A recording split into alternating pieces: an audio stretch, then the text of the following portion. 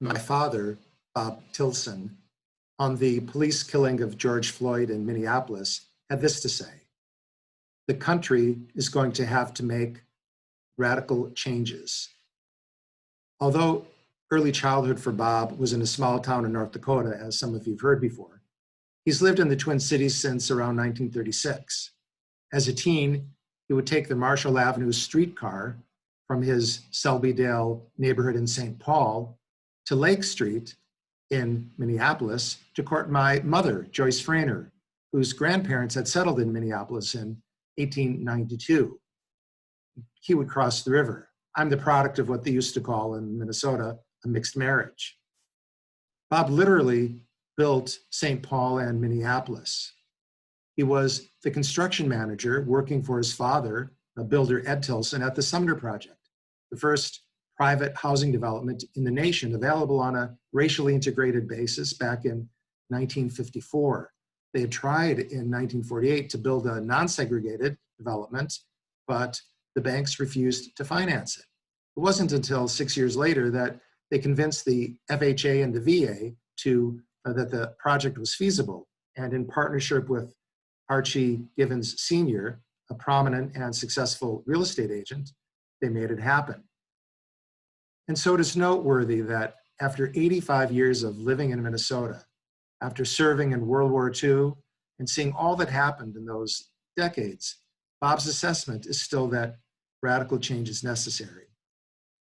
Unlike some of his siblings who were deeply, directly, actively involved in the struggle for civil rights, to use the terminology of that era, Bob was, like his father, just a guy trying to support his family in an honest business.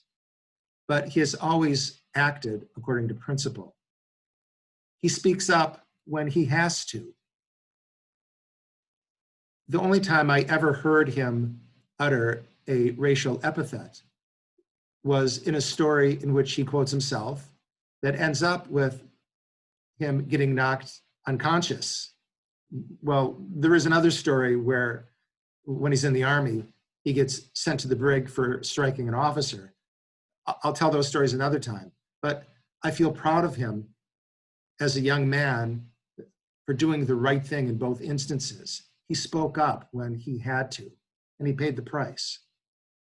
If you're truly an activist for racial equality or against racism, or if you're working for police or a judicial system reform, then you're already too busy and you're exhausted. Whether you've been on the streets or in the halls of government, you're fully engaged. But if you're just a regular person trying to get by, right now maybe you're really angry, appalled, or sad. What you can do is you can call the mayor, call your alder, and thank them for their work in trying to fight racism and trying to improve and rethink policing in New Haven. Tell them that you want to hear about their progress. Tell them that you care, you are watching, and you want to know what they are doing. You can also take time to listen. Listen to your neighbors, friends, family members who are Black people and of any identity, to understand their experience and their predicament. And if you are a Black Jewish person in our Becky community, or otherwise of non-Ashkenazic lineage in particular, please understand that there are non-Blacks and others around you who are listening and want to make things better for everyone's sake. I haven't had anything new to say about these issues since 1997 when Malik Jones, Oliver Sholom, was killed in New Haven. People like his mother, Emma Jones, have devoted much of their lives trying to make our city better. And I know this has happened in a lot of places across the country, each city in its own way, each people struggling in their own way. And maybe they've made just a little bit of progress in this specific area. I don't know how much fundamental change has really occurred, but I do know that many people are aware and care. More people are aware and care than ever before. And perhaps from that can be found the power for radical change.